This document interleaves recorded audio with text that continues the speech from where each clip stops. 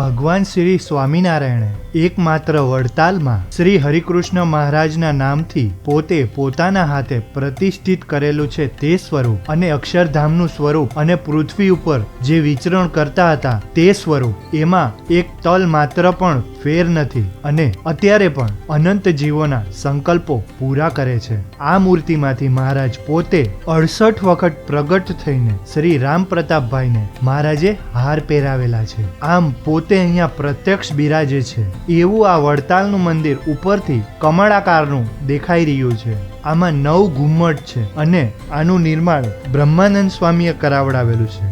વડતાલ મંદિરનું બાંધકામ માત્ર 15 મહિનામાં જ પૂર્ણ થયું છે. ભગવાન શ્રી સ્વામિનારાયણે 3 નવેમ્બર વિક્રમ સંવત 1884 કારતક સુદ 12ના રોજ વચલા ખંડમાં લક્ષ્મીનારાયણ દેવ, જમણી તરફ હરિકૃષ્ણ મહારાજ અને રાધાકૃષ્ણ દેવ અને ડાબી બાજુએ ધર્મદેવ, ભક્તિમાતા અને વાસુદેવ નારાયણની સ્થાપના કરી છે. આવું આ વડતાલનું મંદિર છે. જો તમે વડતાલના દર્શન નથી કર્યા તો એકવાર જરૂરથી કરવા જેવા છે. આવા ને આવા વિડીયો જોવા માટે ચેનલને સબસ્ક્રાઇબ કરો અને ઇન્સ્ટાગ્રામ અને ફેસબુકમાં જોતા હોય તો લાઇક ને ફોલો કરવાનું ભૂલતા નહીં.